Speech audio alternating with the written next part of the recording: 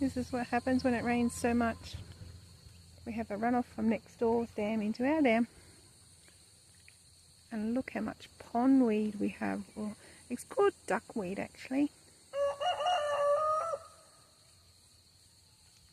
I'm not letting you out. I can't get you back in.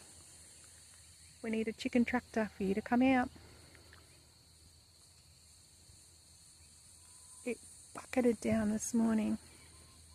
Like really heavy.